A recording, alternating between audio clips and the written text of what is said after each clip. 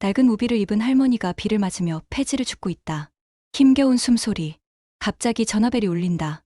할머니, 장학금이 끊겼대요. 할미가 확인해 볼게. 미안하다. 할머니의 얼굴에 들이우는 깊은 그림자. 이어서 민원실. 할머니가 떨리는 손으로 서류를 내민다. 아, 냄새나. 이런 걸 가져오시면 어떡해요? 할머니의 눈에서 떨어지는 눈물 한 방울. 경찰관들이 할머니를 데리고 나가는 모습. 수치심과 절망감이 느껴진다. 내가 뭘 그렇게 잘못했나? 온라인 커뮤니티 게시판에는 충격, 폐지 줍는 할머니, 알고 보니 제목에 글이 올라온다. 댓글들이 빠르게 늘어난다. 댓글일 말도 안 돼. 설마 진짜 그분이야? 댓글, 이 50년 전에 사라졌던 전설의 기부 천사? 한 회장이 심각한 표정으로 신문을 보고 있다. 신문 기사에는 할머니의 흐릿한 사진이 실려 있다. 찾아.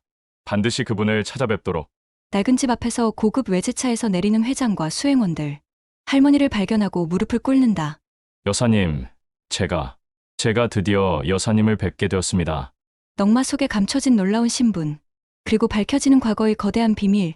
폐지 줍는 할머니를 둘러싼 충격적인 반전 드라마. 과연 그녀의 진짜 정체는 무엇이며 숨겨진 이야기는 무엇일까요?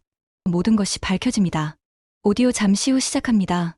시청 전 구독과 좋아요 부탁드려요. 그날 아침 굵은 빗방울이 유리창을 세차게 때리고 있었습니다. 제 낡은 우비는 이미 몇 번의 계절을 버텨내 너덜너덜했고 리어카 바퀴는 빗물 고인 웅덩이를 지나며 끼걱거렸습니다. 하지만 제 마음을 더욱 차갑게 만든 건 민지에게서 걸려온 전화 한 통이었습니다. 할머니, 장학금이 갑자기 끊어졌대요. 수화기 넘어 민지의 목소리는 파르르 떨리고 있었습니다. 제 가슴이 철렁 내려앉았습니다. 민지는 제 삶의 전부였습니다.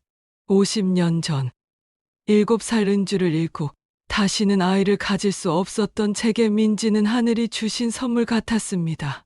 제가 폐지를 줍고 허리 굽혀 봉사하며 살아가는 유일한 이유였지요. 그 아이만큼은 꼭 지켜줘야 했습니다. 뭐라고? 왜 갑자기?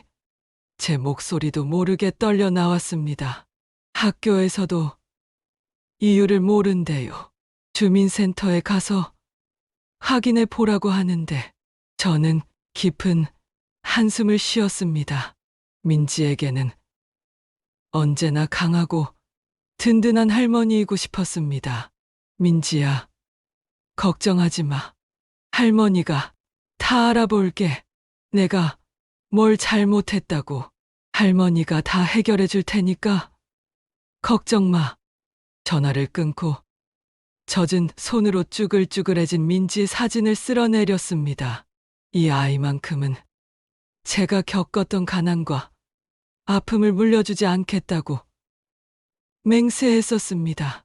그 약속을 지키기 위해서라면 무엇이든 해야 했습니다. 주민센터로 향하는 길. 비는 더욱 거세졌습니다. 낡은 고무신 틈새로 차가운 빗물이 스며들어 양말은 축축했고 발가락 끝은 얼음장처럼 차가웠습니다.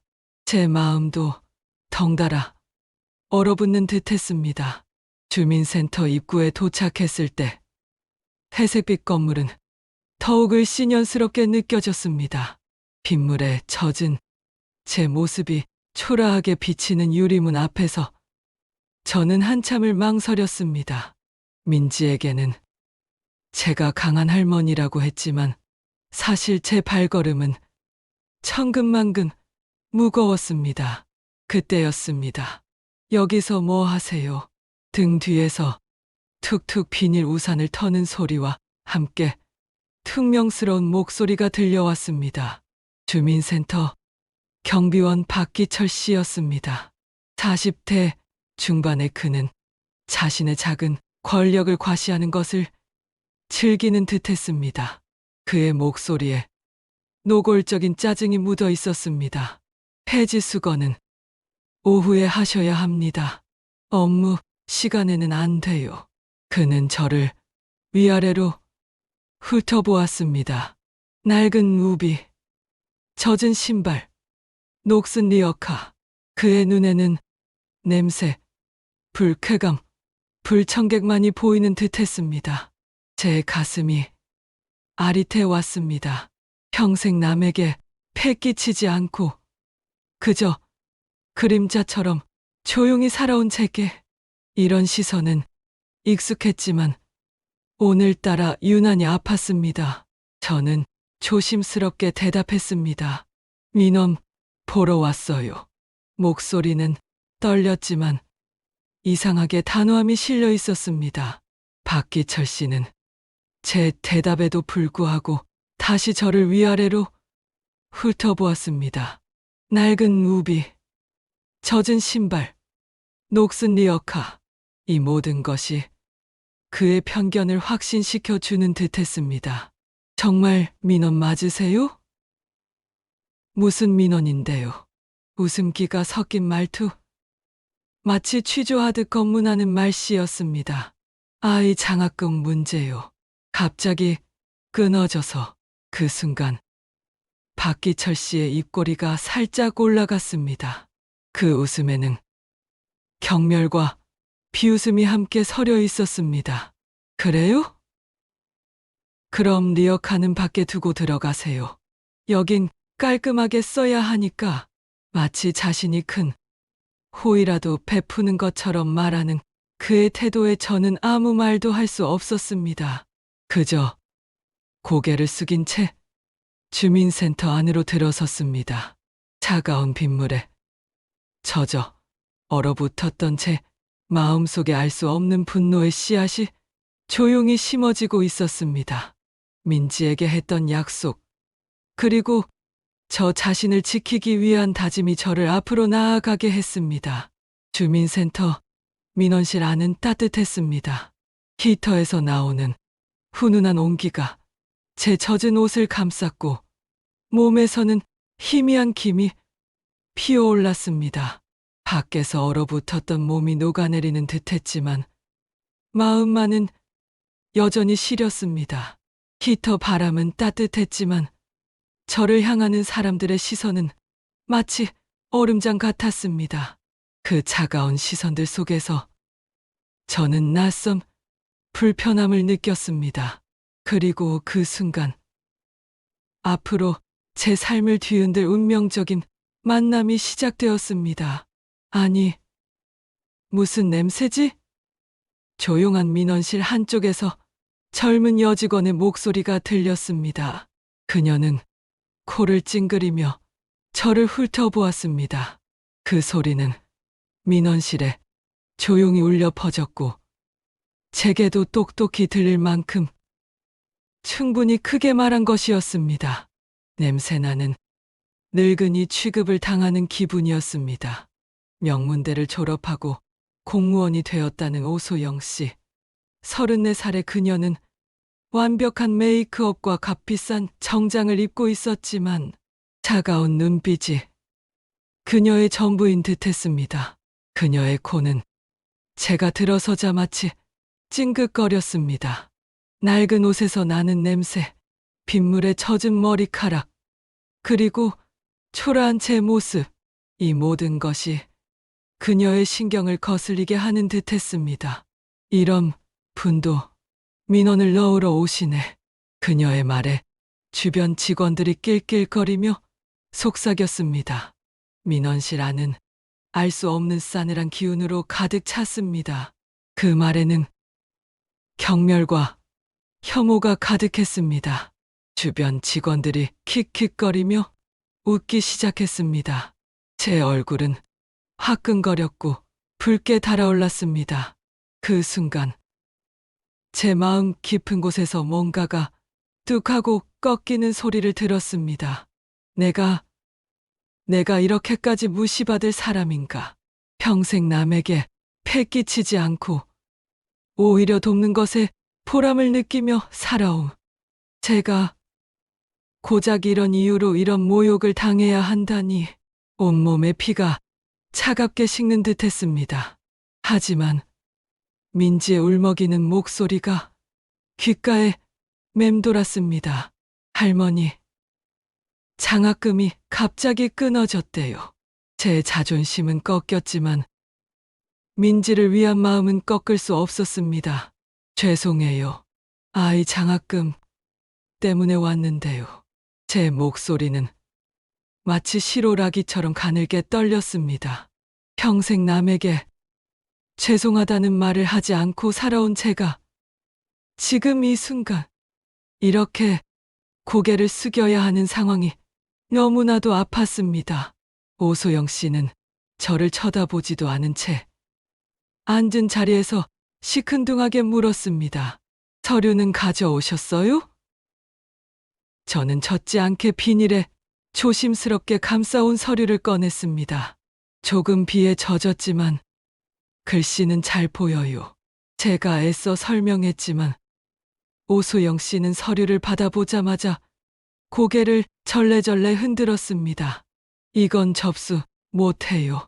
글씨가 뭉개졌잖아요. 명백한 거짓말이었습니다. 글자는 분명히 읽을 수 있었습니다. 글자가 잘 보여요. 제가 직접 확인했어요.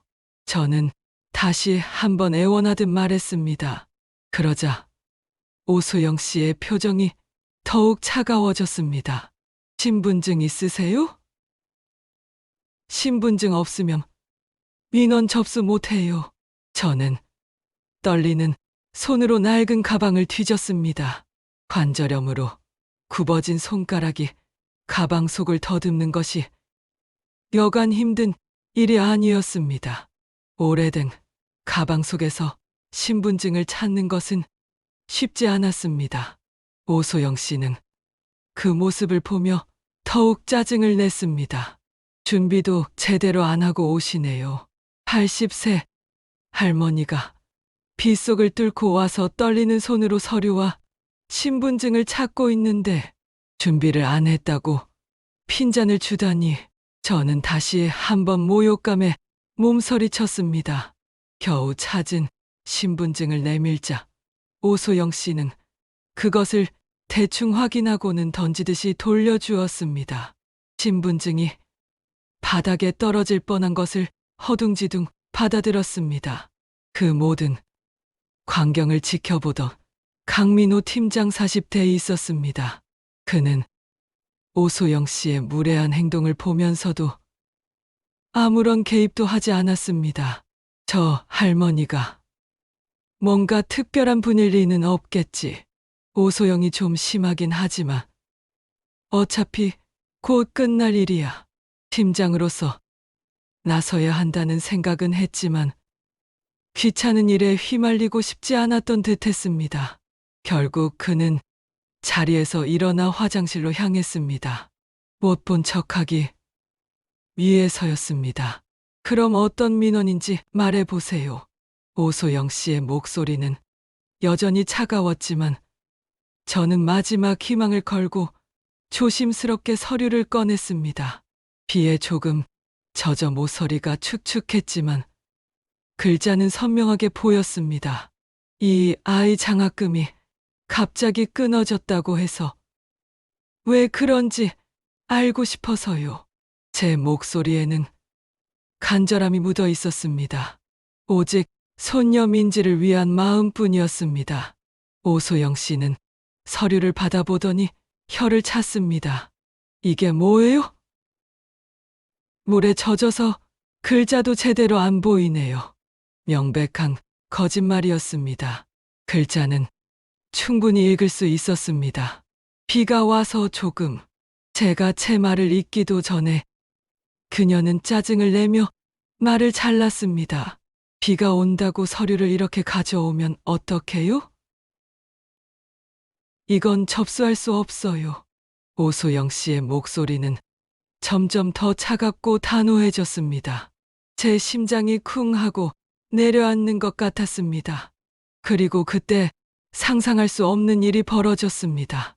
오소영 씨가 말도 없이 그 서류를 들고 일어서더니 민원실 한쪽에 있는 문서 파쇄기로 걸어갔습니다.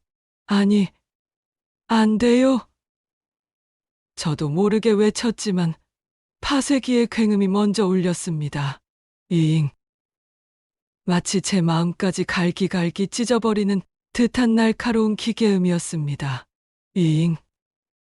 그 분쇄기의 소리는 민지의 미래를, 제 마지막 희망을 산산조각 내는 듯했습니다. 저는 말을 잃고 그 광경을 바라볼 수밖에 없었습니다. 제 손녀의 꿈이 저 차가운 기계 속으로 사라지는 순간이었습니다. 그 순간 제 마음속에 난생 처음으로 거대한 분노가 솟아올랐습니다. 이게 말이 되는 일인가? 50년간 수많은 사람들을 도우며 살아온 제가 고작 젖은 서류 때문에 이런 모욕을 당해야 한다니. 민지야, 할매가 이렇게 무력해서 미안해. 눈물이 차올랐지만 쏟아내지는 못했습니다.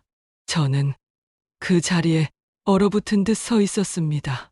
주변에서는 누군가 키굿기도 했고, 어떤 이는 노인정 잘못 오신 거 아니에요? 라고까지 했습니다. 그 순간 제게는 세상의 모든 소리가 멀어지는 것 같았습니다. 젖은 신발 속에서 발끝이 떨렸고 마음도 몸도 더 이상 버틸 힘이 없었습니다. 결국 그 자리에서 주저앉고 말았습니다. 차가운 바닥이 무릎을 타고 들어왔지만 일어날 수가 없었습니다. 저런 거 가지고 민원 넣으러 와. 노인정에서 길 잘못 든 거 아니야? 요즘 정말 별의별 사람이 다 와. 직원들의 비웃음이 비수처럼 제 가슴을 찔렀습니다. 평생을 성실하게 살아온 80세 노인을 마치 한낱 사람 취급도 하지 않는 것이었습니다. 충격과 분노로 현기증을 느꼈습니다. 다리에 힘이 빠져 휘청거렸지만 아무도 도와주지 않았습니다. 오히려 더 비웃는 듯했습니다. 민지, 맑은 민지의 얼굴이 떠올랐습니다.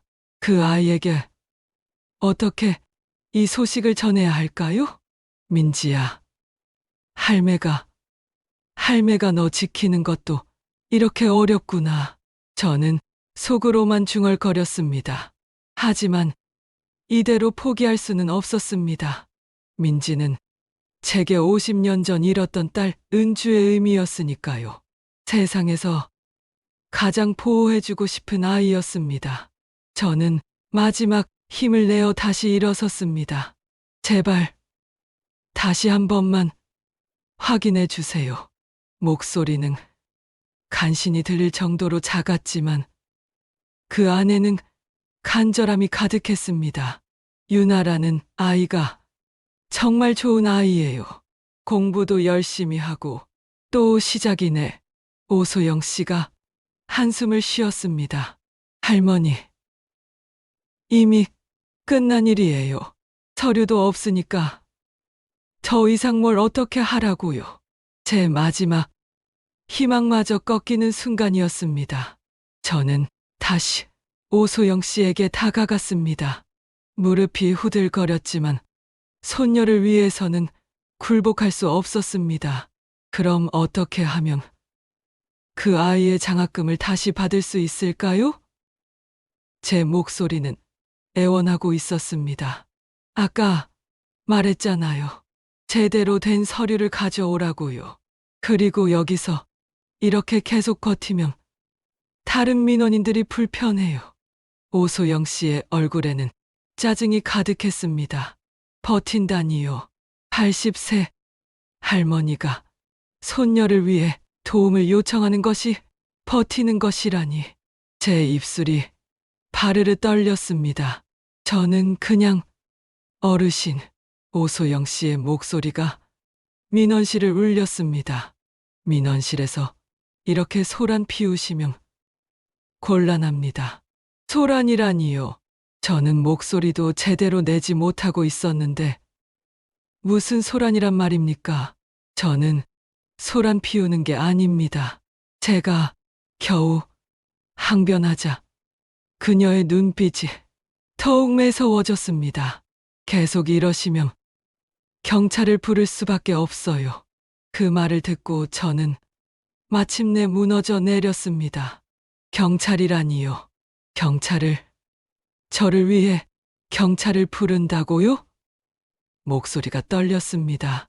평생 법 없이도 살만한 사람으로 살아온 제게 경찰이라는 말은 너무나 큰 충격이었습니다. 제가 뭘 잘못했다고. 저는 이제 정말 한계에 도달했습니다.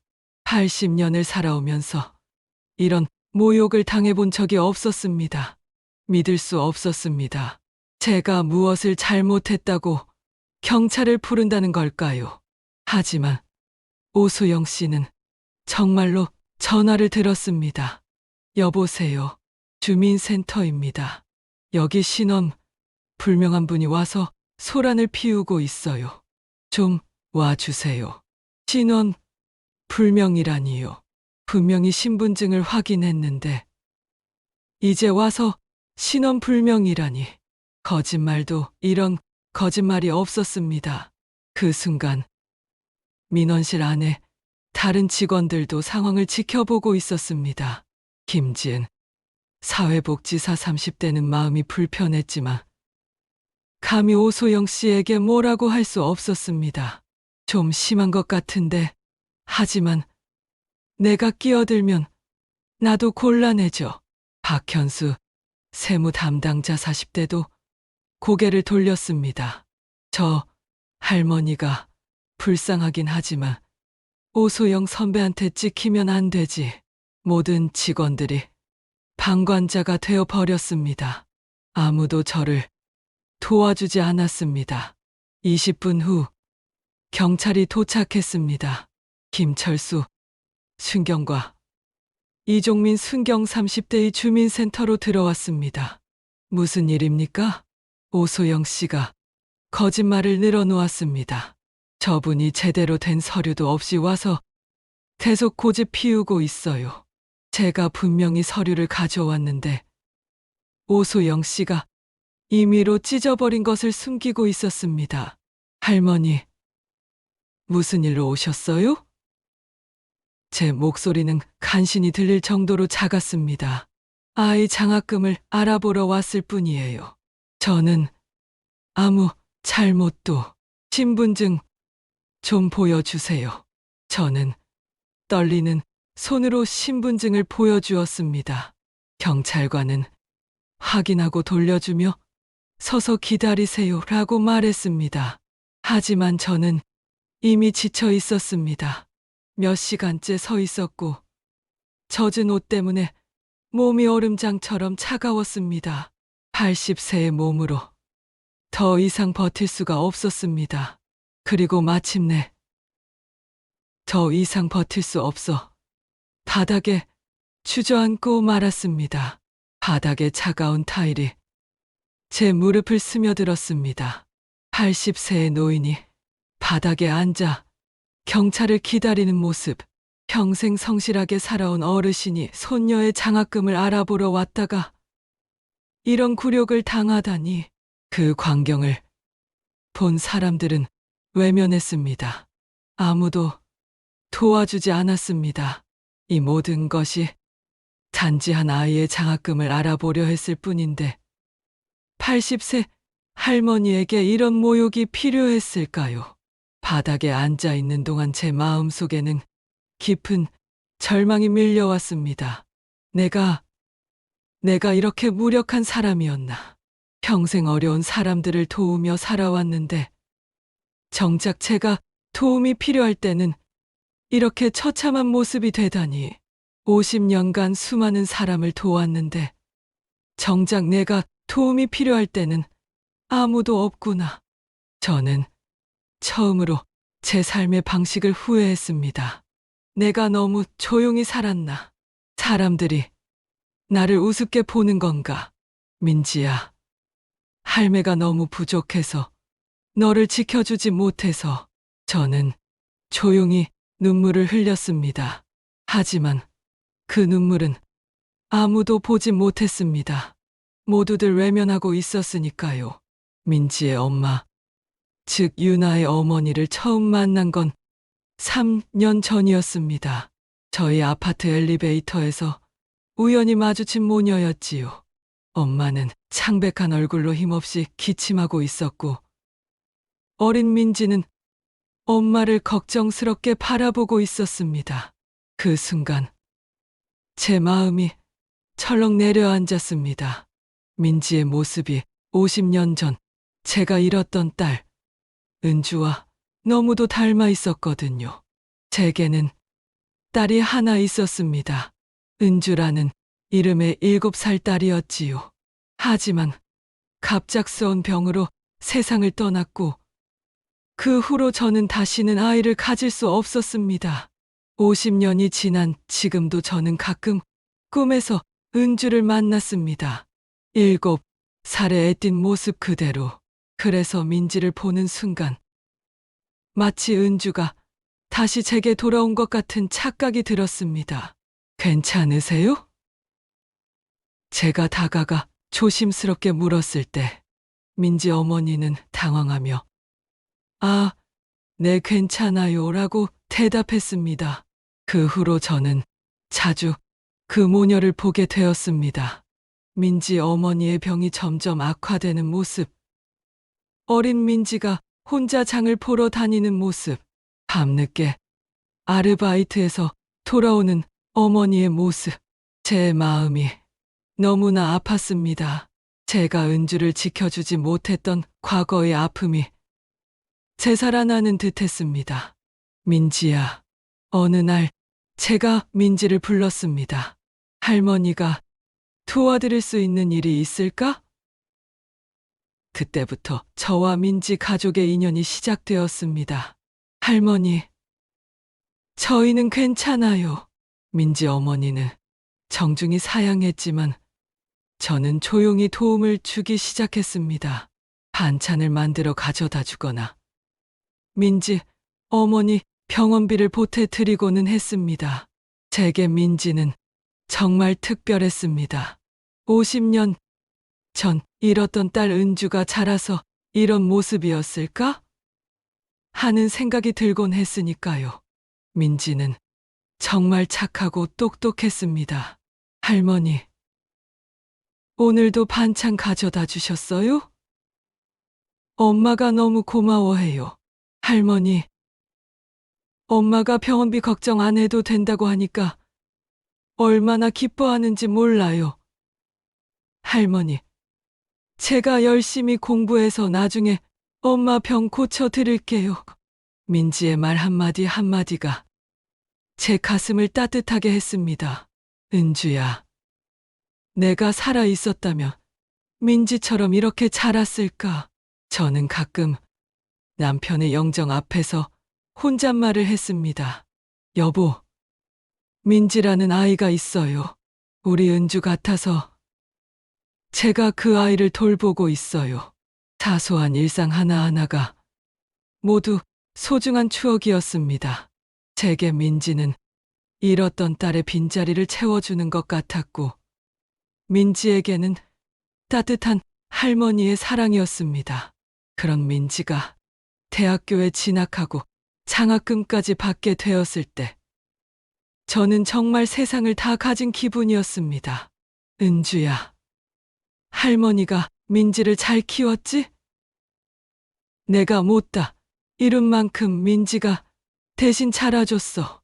할머니 덕분이에요. 할머니가 도와주셔서 제가 이렇게 공부할 수 있었어요. 민지가 해맑게 웃으며 말할 때마다 저는 아니야, 민지야. 내가 착하고 똑똑해서 그런 거야 라고 대답했습니다. 제게 민지는 이제 딸이자 손녀 같은 존재였습니다. 50년 전 잃었던 은주의 빈자리를 채워주는 너무나 소중한 아이였어요. 그런데 갑자기 장학금이 중단되었다는 소식을 들었을 때 제 마음은 무너져 내렸습니다. 할머니, 괜찮아요. 제가 아르바이트를 더 하면 돼요. 민지가 걱정스럽게 말했습니다. 안 돼. 민지는 공부만 해야 해. 할머니가 알아볼게. 엄마 병원비도 많이 드는데 제가 휴학하는 게 나을 것 같아요. 그런 소리 하지 마. 할머니가 다 해결해 줄 테니까. 저는 절대 민지가 공부를 포기하게 할 수 없었습니다. 은주가 못다 이룬 꿈을 민지가 대신 이뤄주기를 바랐으니까요. 그래서 저는 오늘 그 굴욕적인 주민센터에 갔던 것입니다. 사랑하는 민지를 위해서라면, 딸 같고 손녀 같은 그 아이를 위해서라면 무엇이든 할 수 있다고 생각했습니다. 차가운 바닥에 앉은 채 저는 조용히 눈물을 흘렸습니다. 80세 할머니의 눈물은 뜨거웠지만 금세 차가워졌습니다. 은주야, 민지야, 할머니가 미안해. 할머니가 쓸모없어서 마음속으로 중얼거렸지만 포기할 수는 없었습니다. 민지는 이제 제게 50년 전 잃었던 딸의 의미였으니까요. 세상에서 가장 보호해주고 싶은 아이였습니다. 그 순간 저는 다시 한번 다짐했습니다.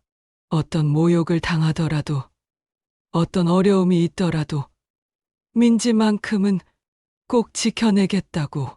은주를 지켜주지 못했던 아픔을 다시는 겪지 않겠다고. 여보, 은주야, 저 혼자서는 안 되겠어요.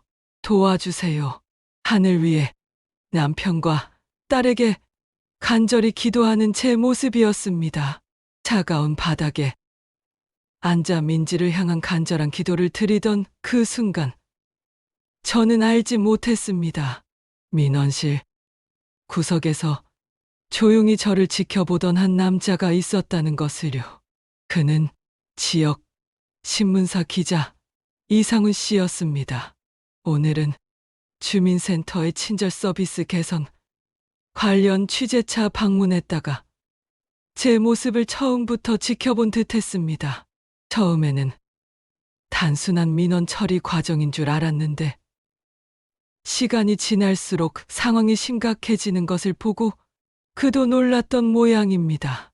이건 너무 심한데.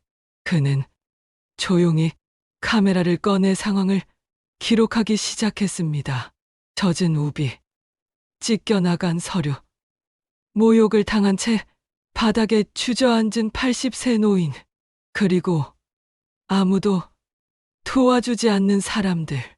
이상훈 기자는 이건 반드시 알려야겠다고 생각했다고 합니다. 그는 제가 무릎 꿇고 앉아 있을 때 제게서 떨어졌던 신분증을 몰래 확인했던 모양입니다. 김영순이라는 이름이 보였다고 하더군요. 김영순, 어디서 들어본 이름 같은데. 하지만 그 순간에는 정확히 기억나지 않았다고 합니다. 그저 이 상황을 기록하는 것이 중요하다고 생각했겠지요. 이상훈 기자는 그날 밤 세상을 움직일 기사를 쓰기 시작했습니다. 제가 주민센터에서 당한 일들을 생생하게 글로 옮겨 담았겠지요. 다음 날 새벽, 인터넷은 제가 겪은 일로 인해 완전히 뒤집혔습니다. 냄새난다며 쫓겨난 80세 할머니의 사연. 기사는 밤새 인터넷을 뒤흔들었습니다.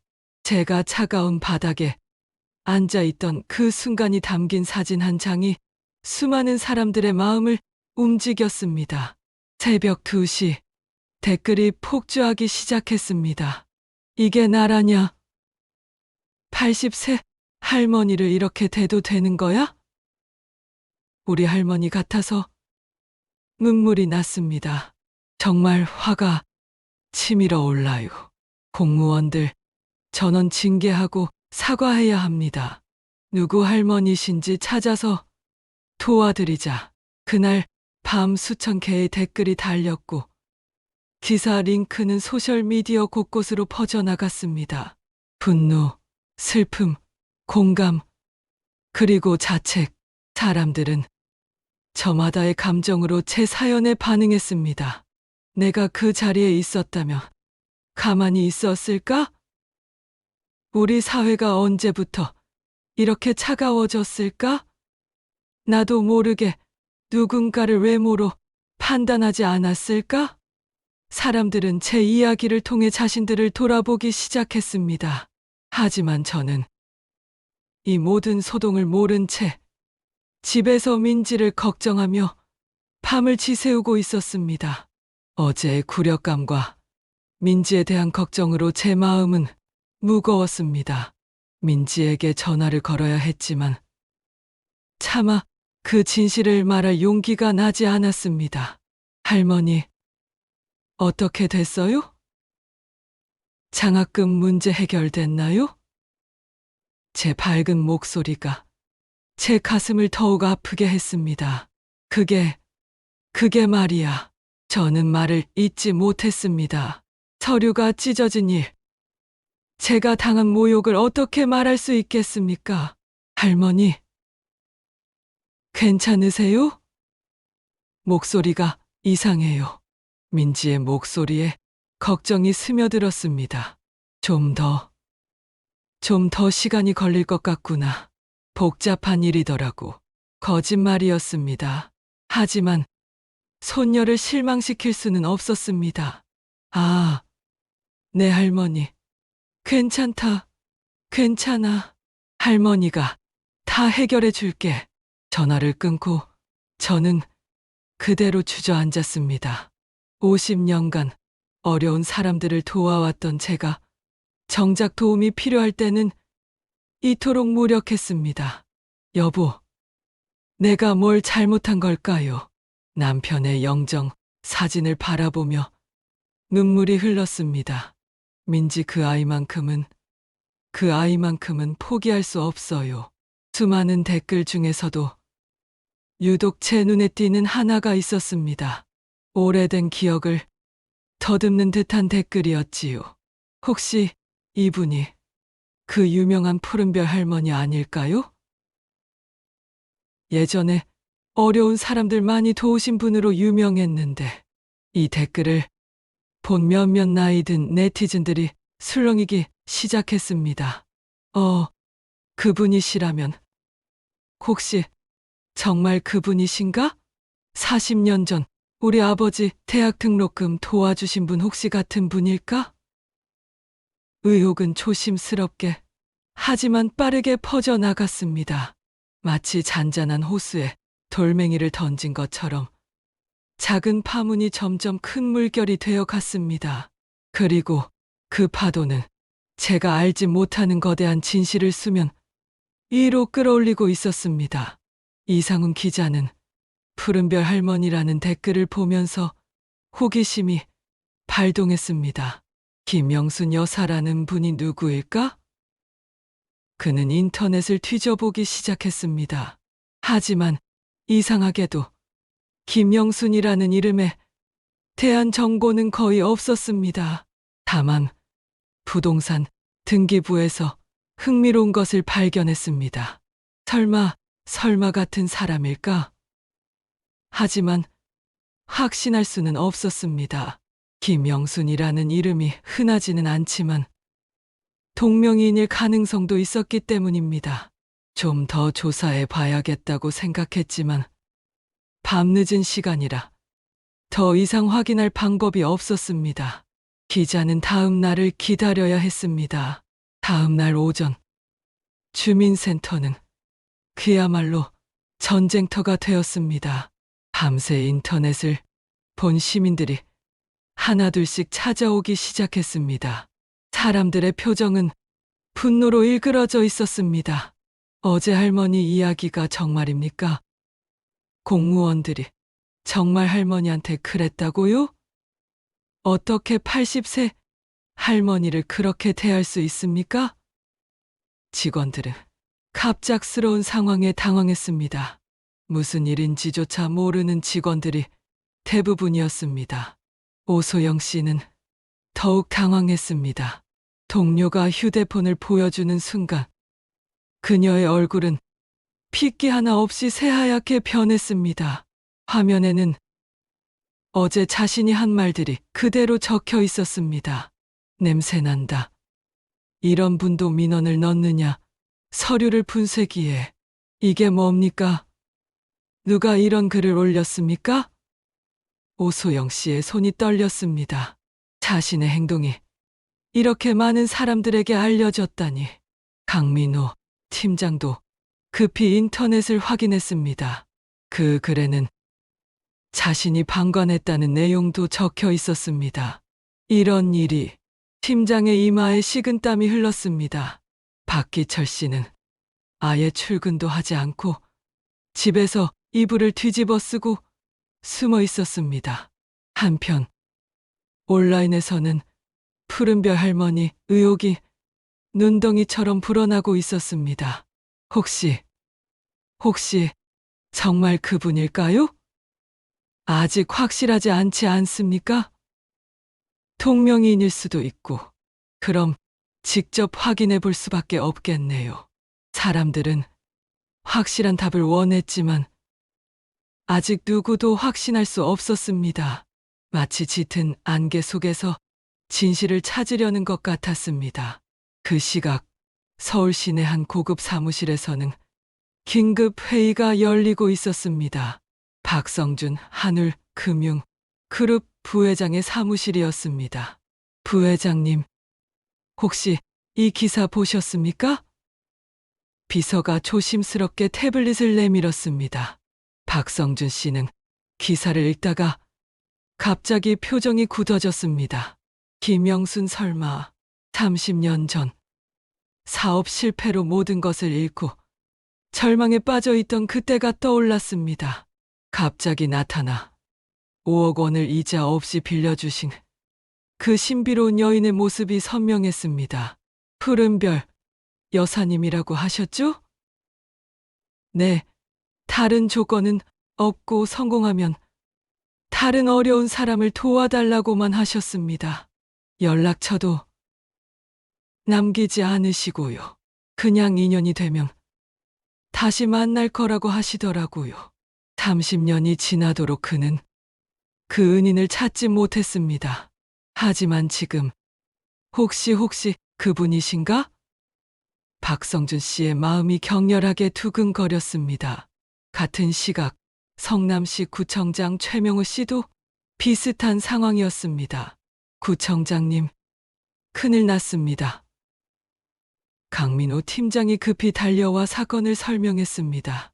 뭐라고? 김영순 할머니를. 최명우 씨의 얼굴이 굳어졌습니다. 40년 전 가난한 시골 소년이었던 자신에게 대학 4년간의 등록금을 지원해 주신 그 할머니가 떠올랐습니다. 혹시 그분이신가? 최명우 씨는 어제 인터넷에 올라온 사진을 다시 한번 바라봤습니다. 나이는 드셨지만 그때 그 따뜻한 눈빛이 어렴풋이 보이는 것 같았습니다. 확실하지 않지만 만약 그분이시라면 저 이상은 안 됩니다. 최명우 씨는 결심했습니다. 그날 저녁 인터넷은 거대한 추측과 의혹으로 가득했습니다. 정말 그 푸른별 여사님이 맞을까요? 아직 확실하지 않지 않습니까? 내일 가서 직접 확인해 봐야겠습니다. 만약 정말 그분이라면 어떻게 될까요? 공무원들 완전히 망했겠네요. 하지만 아무도 확실한 답을 알 수 없었습니다. 모든 것이 추측일 뿐이었습니다. 마치 거대한 퍼즐의 마지막 조각을 찾고 있는 것 같았습니다. 저는 여전히 이 모든 소동을 모른 채 있었습니다. 다만 어제의 굴욕감과 민지에 대한 걱정으로 마음이 무거웠을 뿐이었습니다. 다시 한번 가봐야 하나 하지만 또 그런 모욕을 당한다면 그때 현관문에서 초인종이 울렸습니다. 누구시죠? 문을 열어보니 정장을 입은 두 남자가 서 있었습니다. 혹시 김영순 여사님이십니까? 네, 누구시죠? 저는 최명호라고 합니다. 구청장이고요. 구청장이라니요. 저는 깜짝 놀랐습니다. 구청장이 왜 저를 찾아왔을까요? 그리고 저는 박성준입니다. 저는 두 사람을 찬찬히 바라보았습니다. 어디서 본 것 같은 얼굴들인데 혹시 김영순 여사님 맞으십니까? 최명호 구청장의 눈에 눈물이 맺혔습니다. 네, 여사님. 박성준 부회장도 감격한 표정이었습니다. 저는 깜짝 놀랐습니다. 40년 전 도왔던 가난한 소년과 30년 전 도왔던 절망한 청년이 이렇게 저를 찾아왔다니요. 어떻게 저를 찾았을까요? 어떻게 저를 찾았습니까? 여사님, 어제 주민센터에서 있었던 일 때문입니다. 어제 일이요? 인터넷에 기사가 났습니다. 여사님이 어떤 모욕을 당하셨는지 저는 여전히 상황을 이해하지 못했습니다. 그런데 왜 그런 일이 알려져야 하죠? 두 사람은 서로를 바라봤습니다. 어떻게 설명해야 할까요? 여사님, 사람들이 의혹을 품고 있습니다. 혹시 여사님이 그 유명한 푸른별 여사님이 아니냐고요. 푸른별 여사님이요? 네. 수많은 사람들을 도우신. 하지만 아직 확실하지 않아서 모든 사람들이 궁금해하고 있습니다.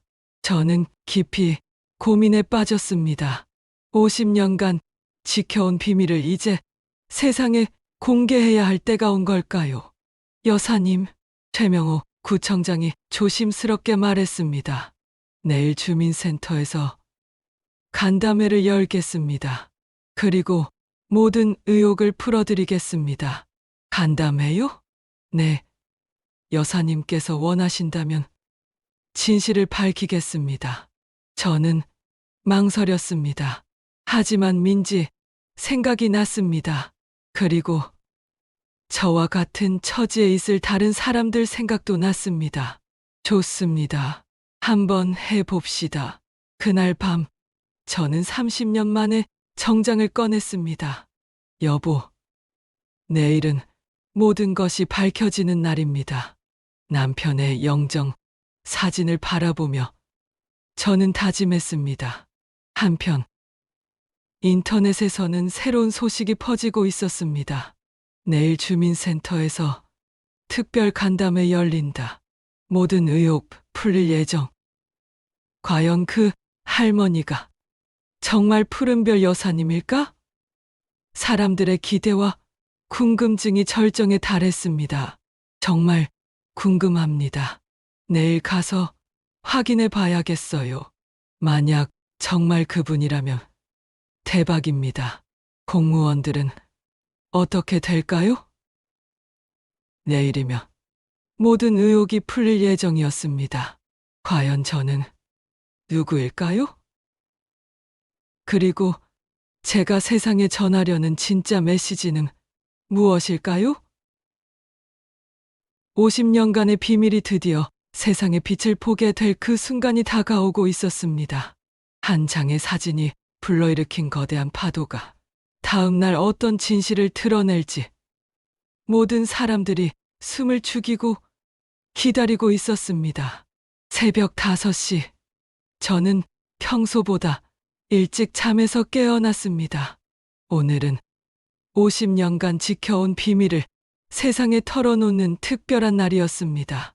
창밖으로 스며드는 새벽빛이 마치 새로운 시작을 알리는 것 같았습니다.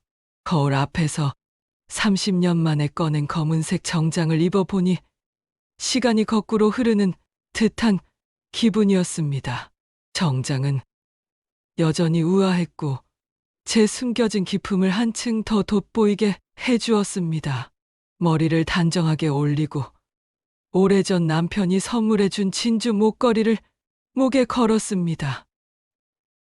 여보, 저는 거울 속 자신을 바라보며 남편에게 살그머니 말했습니다. 오늘은 우리의 진짜 모습을 보여주는 날입니다. 당신도 함께 해주세요. 바람이 살짝 불어 커튼이 흔들렸습니다. 언제나 그랬듯 남편이 대답해 주는 것 같았습니다. 강민호 팀장은 당황했습니다. 특별 간담회라니? 무슨 일입니까? 그는 직원들에게 버럭 소리쳤습니다. 그냥 중요한 분이 오신다고 하셨습니다. 준비 철저히 하라고 하시네요. 오소영 씨는 불안했습니다. 어제 일 때문인 것 같아 가슴이 두근거렸습니다. 혹시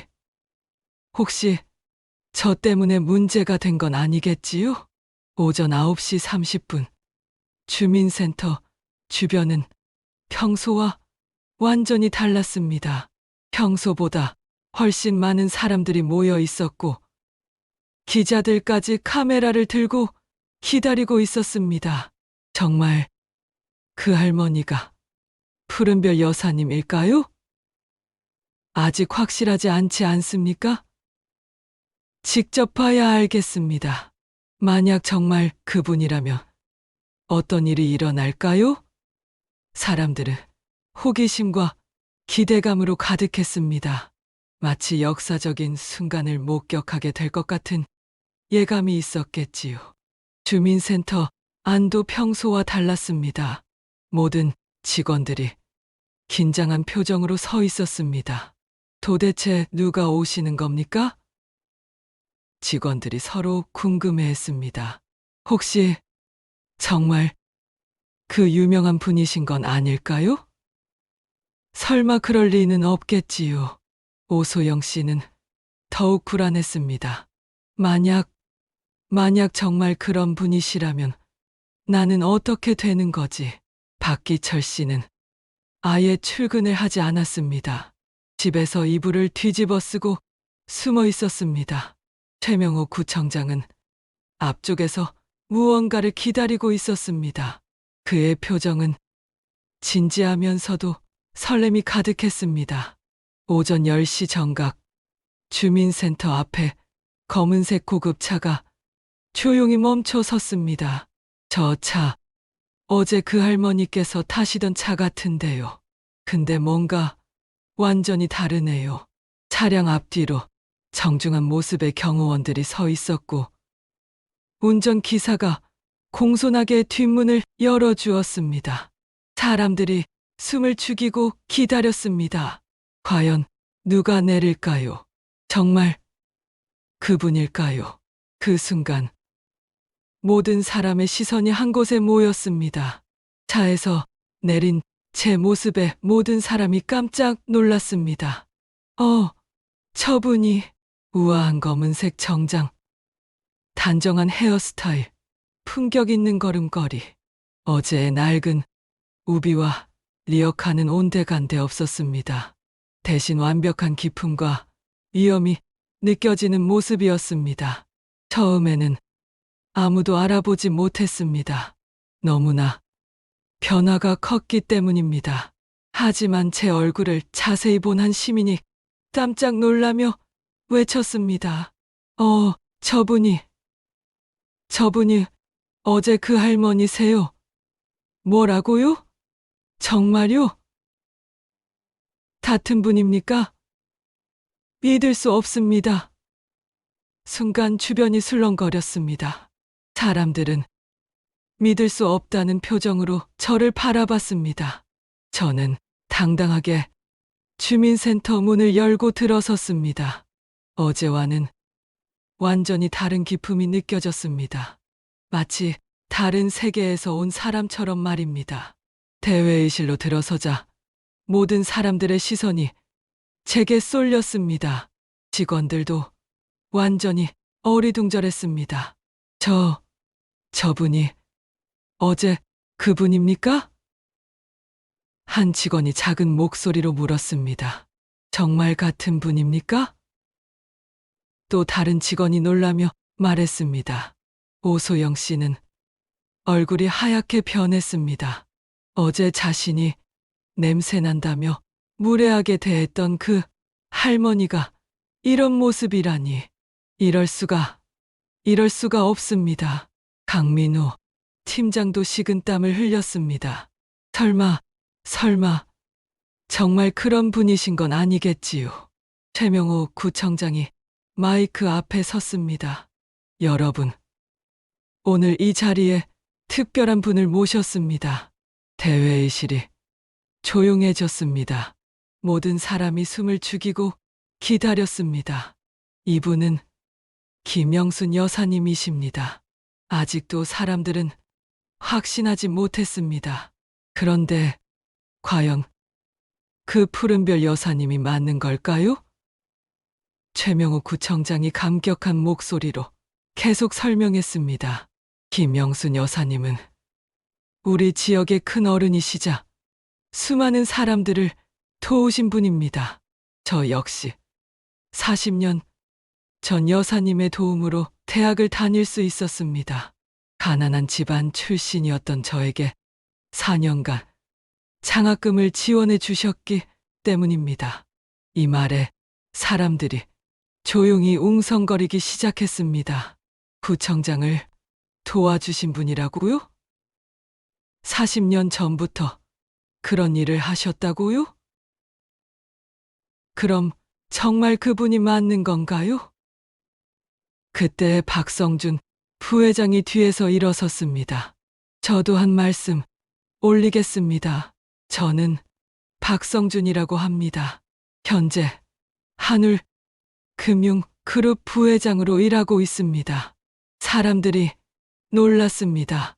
한울금융그룹은 국내 최대 금융회사 중 하나였기 때문입니다. 저 역시 30년 전 사업에 실패해서 절망에 빠져 있을 때 여사님의 도움을 받았습니다. 박성준 부회장의 목소리에 깊은 감정이 담겨 있었습니다. 저에게 5억 원을 이자 없이 지원해 주셨고 덕분에 다시 일어설 수 있었습니다. 대회의실이 더욱 조용해졌습니다. 그럼 정말 맞습니다. 정말 그분이 맞습니다. 사람들은 저를 새로운 마음으로 바라보기 시작했습니다. 그런데 박성준 부회장이 서류 가방을 열었습니다. 여러분, 정말 놀라실 일이 하나 더 있습니다. 모든 사람이 숨을 죽이고 기다렸습니다. 그는 등기부등본 여러 장을 꺼냈습니다. 김영순 여사님은 강남 압구정 명품거리 13개 필지의 실소유주이십니다. 순간 대회의실이 완전히 조용해졌습니다. 어머나. 압구정 명품거리의 주인이시라고요? 정말입니까? 정말? 사람들이 믿을 수 없다는 표정을 지었습니다. 박성준 부회장이 계속 설명했습니다. 그리고 우리 지역 최대 납세자이기도 하십니다. 그런 분이 왜 폐지를?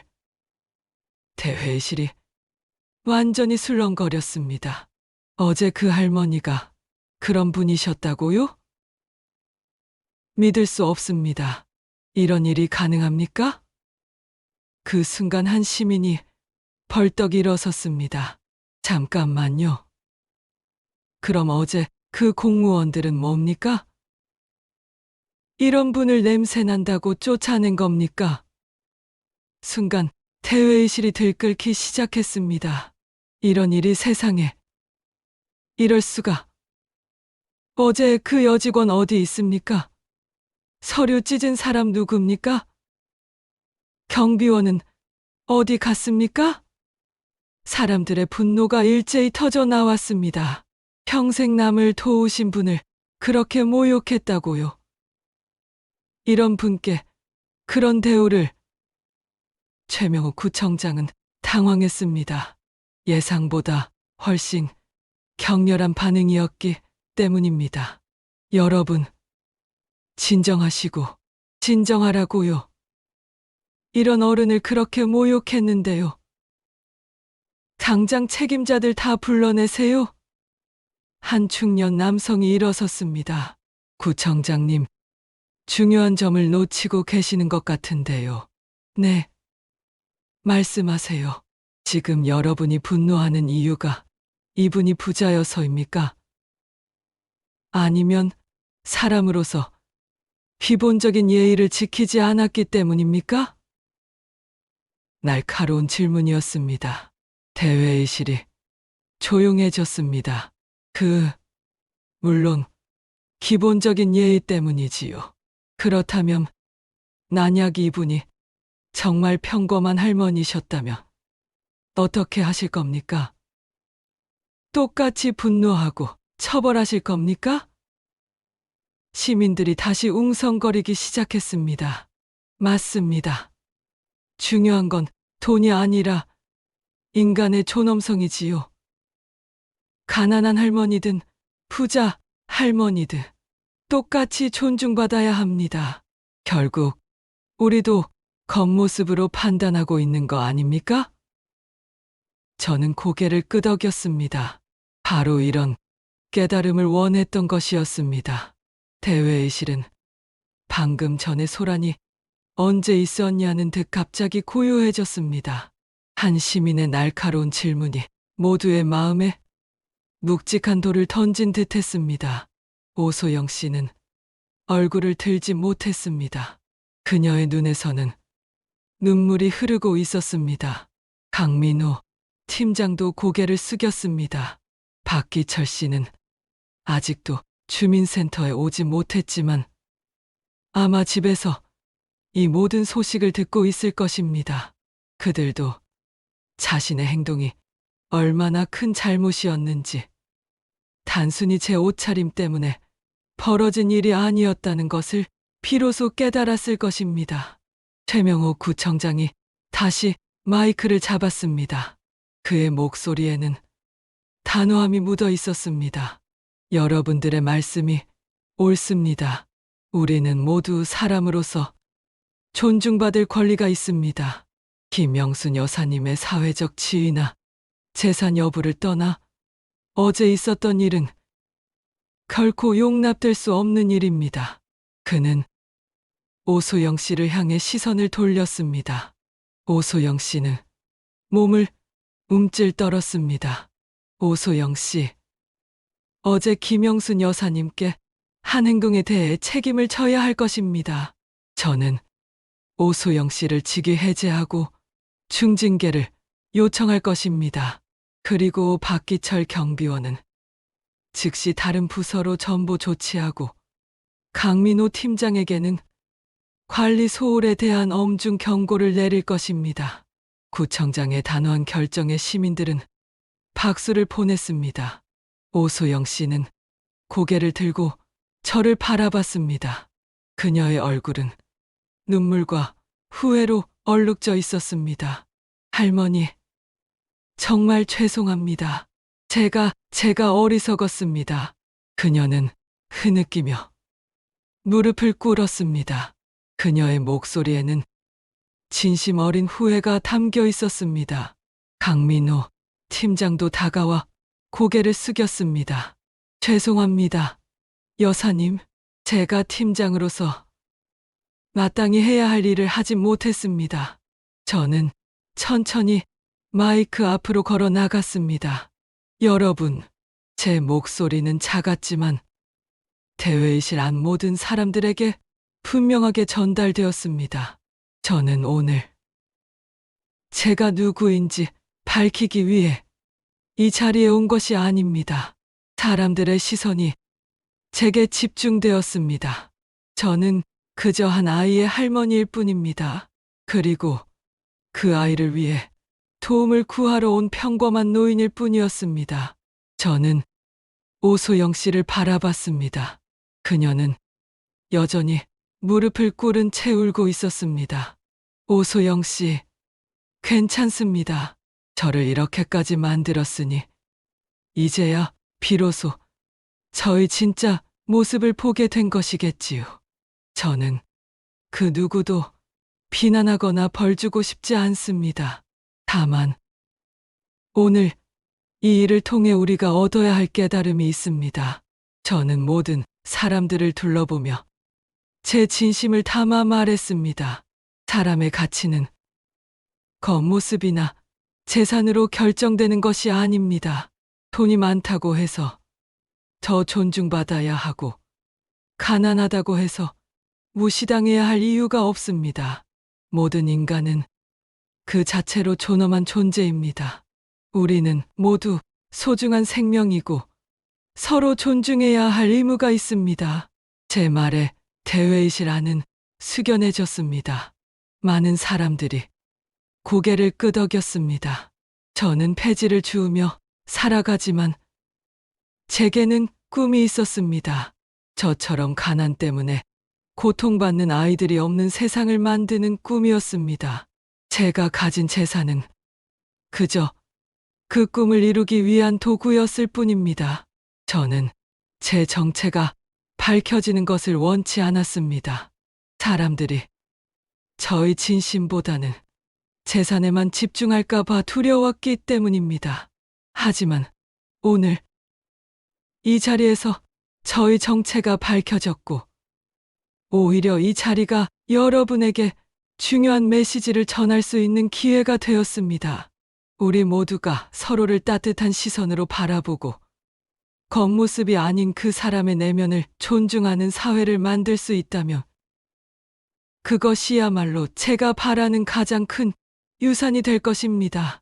제 말에 대회의실은 우레와 같은 박수갈채로 가득 찼습니다. 그 순간 저는 민지를 떠올렸습니다. 민지야, 할매가 너를 위해 싸웠다. 이제 너뿐만 아니라 다른 많은 아이들도 할매가 도울 수 있게 되었단다. 제 마음속에 평화와 안도감이 밀려왔습니다. 50년간 숨겨왔던 제 진심이 비로소 세상에 닿는 순간이었습니다. 최명호 구청장은 감격스러운 표정으로 저를 바라봤습니다. 김영순 여사님, 정말 감사합니다. 여사님의 고귀한 뜻을 받들어 저희 주민센터와 지자체는 인간 존중 서비스를 최우선 가치로 삼을 것을 약속드립니다. 박성준 부회장도 고개를 끄덕였습니다. 여사님의 정신을 이어받아 저희 한울금융 그룹도 사회적 책임을 다하는데 최선을 다하겠습니다. 간담회가 끝난 후 저는 최명우 구청장과 박성준 부회장과 함께 조용한 자리에 앉았습니다. 여사님, 정말 감사합니다. 덕분에 우리 사회가 다시 한번 인간의 존엄성이라는 중요한 가치를 되새기게 되었습니다. 최 구청장이 진심으로 감사를 표했습니다. 저는 부드럽게 웃었습니다. 고맙긴요. 저는 그저 제가 하고 싶었던 일을 했을 뿐입니다. 이제 민지 이야기를 좀 해볼까요? 저는 민지의 장학금 문제에 대해 설명했습니다. 최 구청장은 고개를 끄덕였습니다. 염려 마십시오. 여사님, 민지 학생의 장학금 문제는 제가 직접 나서서 해결하겠습니다. 어떤 일이 있어도 학업을 중단하는 일은 없을 것입니다. 박 부회장도 거들었습니다. 필요하시다면 저희 한울금융 그룹에서도 추가로 지원하겠습니다. 민지에 대한 걱정이 한시름 놓이는 순간이었습니다. 그리고 저는 여러분께 한 가지 제안을 드리고 싶습니다. 제가 말을 시작하자 두 사람은 경청했습니다. 저처럼 혹은 민지처럼 꿈을 펼치지 못하는 아이들을 돕기 위한 재단을 설립하고 싶습니다. 재단의 이름은 따뜻한 마음 장학재단으로 하고 싶습니다. 최 구청장과 각 부회장은 제 제안에 깜짝 놀랐습니다. 정말이십니까, 여사님? 그 모든 재산을 기부하시겠다는 말씀이십니까? 박 부회장이 조심스럽게 물었습니다. 네, 제게 돈은 그저 꿈을 이루기 위한 도구였을 뿐입니다. 이제 그 꿈을 더 크게 키울 때가 온 것 같습니다. 두 사람은 감격했습니다. 여사님, 저희가 발 뻗고 돕겠습니다. 여사님의 고귀한 뜻이 널리 퍼질 수 있도록 최선을 다하겠습니다. 최 구청장의 목소리에는 확신이 담겨 있었습니다.